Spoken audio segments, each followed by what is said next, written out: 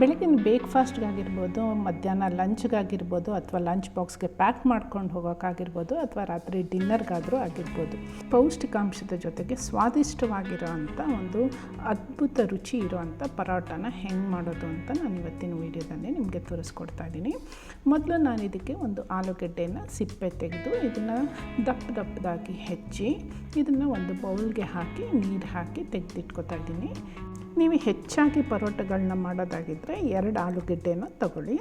ನಾನು ಒಂದು 6ರಿಂದ 7 ಪರೋಟ ಮಾಡೋದಕ್ಕೆ ಒಂದು ಆಲೂಗೆಡ್ಡೆನ ಯೂಸ್ ಮಾಡ್ತಾಯಿದ್ದೀನಿ. ಹೆಚ್ಚಿದ ಆಲೂಗೆಡ್ಡೆಗೆ ಸ್ವಲ್ಪ ನೀರು ಹಾಕಿಟ್ರೆ ಅದು ಕಪ್ಪಾಗೋದಿಲ್ಲ. ಜೊತೆಗೆ ನಾನಿಲ್ಲಿ ಒಂದು ದೊಡ್ಡ ಬೌಲ್ನಷ್ಟು ಮೆಂತ್ಯದ ಸೊಪ್ಪನ್ನು ಕೂಡ ತೊಳೆದು ಸಣ್ಣದಾಗಿ ಹೆಚ್ಚಿಟ್ಕೊಂಡಿದ್ದೀನಿ. ಮೆಂತ್ಯದ ಸೊಪ್ಪದ ಬದಲಾಗಿ ನೀವು ಇವನ್ ಪಾಲಕ್ ಸೊಪ್ಪನ್ನು ಕೂಡ ಯೂಸ್ ಮಾಡ್ಬೋದು. ಹಾಗೆ 1 ಕಪ್ಪಷ್ಟು ನಾನು ಹೆಸರು ಕಾಳನ್ನು ಮೊಳಕೆ ಬರೆಸಿ ತೆಗೆದಿಟ್ಕೊಂಡಿದ್ದೀನಿ. ಇದನ್ನು ಒಂದು ಮಿಕ್ಸಿ ಜಾರ್ಗೆ ಹಾಕಿ ಆಲೂಗೆಡ್ಡೆ, ಹಸಿಮೆಣಸಿನ್ಕಾಯಿ, ಶುಂಠಿ, 1 ಸ್ಪೂನ್ ಜೀರಿಗೆ, ಸ್ವಲ್ಪ ನೀರನ್ನು ಹಾಕಿ ಇದನ್ನು ಚಟ್ನಿ ಹದಕ್ಕೆ ನುಣ್ಣಗೆ ಗ್ರೈಂಡ್ ಮಾಡ್ಕೋಬೇಕಾಗತ್ತೆ. ಮಿಕ್ಸಡ್ ಸ್ಪ್ರೌಟ್ಸ್ನು ಕೂಡ ಯೂಸ್ ಮಾಡ್ಬೋದು. ನುಣ್ಣಗಾಗಿರುವಂಥ ಪೇಸ್ಟ್ ರೆಡಿಯಾಗಿದೆ.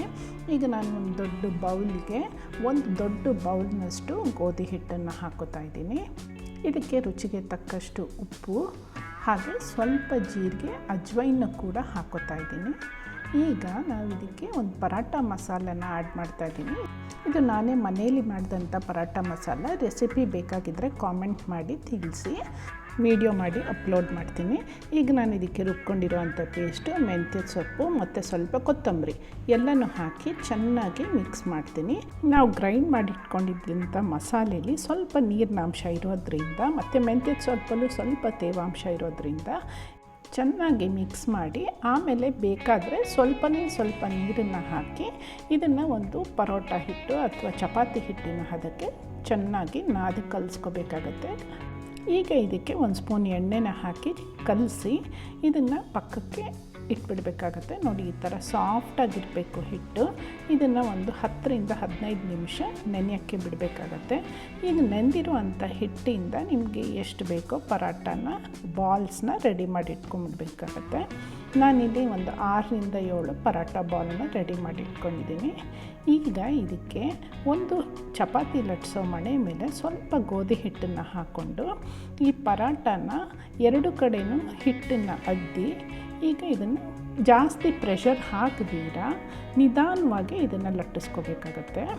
ಸೊ ಆಲೂಗೆಡ್ಡೆ ಮತ್ತು ನಾವು ಮೆಂತ್ಯದ ಸೊಪ್ಪು ಹಾಕಿರೋದ್ರಿಂದ ಹಿಟ್ಟು ತುಂಬಾ ಸಾಫ್ಟಾಗಿರುತ್ತೆ.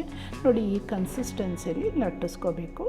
ಈಗ ತವದ ಮೇಲೆ 1 ಸ್ಪೂನ್ ಎಣ್ಣೆ ಅಥವಾ ತುಪ್ಪ ಯಾವುದಾದ್ರೂ ಹಾಕಿ ಲಟ್ಟಿಸ್ಕೊಂಡಿರೋ ಅಂಥ ಪರಾಟನ ಹಾಕಿ ಈಗ ಇದ್ರ ಮೇಲೆ 1 ಸ್ಪೂನ್ ಎಣ್ಣೆ ಅಥವಾ ತುಪ್ಪ ನಿಮ್ಮ ಚಾಯ್ಸ್ ಏನು ಬೇಕಾದರೂ ಹಾಕಿ ಈ 2 ಕಡೆಯೂ ಇದನ್ನು ಚೆನ್ನಾಗಿ ಬೇಯಿಸ್ಕೋಬೇಕಾಗತ್ತೆ.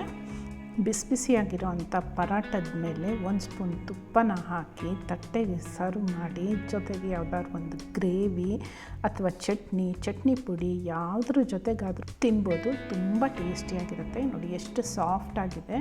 ನಾನು ಟೊಮೆಟೊ ಚಟ್ನಿ ಮತ್ತು ಸ್ವಲ್ಪ ಸೌತೆಕಾಯಿ ಸಾಲಡ್ ಜೊತೆಗೆ ಸರ್ವ್ ಮಾಡ್ತಾಯಿದ್ದೀನಿ. ಲಂಚ್ ಬಾಕ್ಸ್ಗೂ ಕೂಡ ಇದನ್ನು ಪ್ಯಾಕ್ ಮಾಡ್ಬೋದು.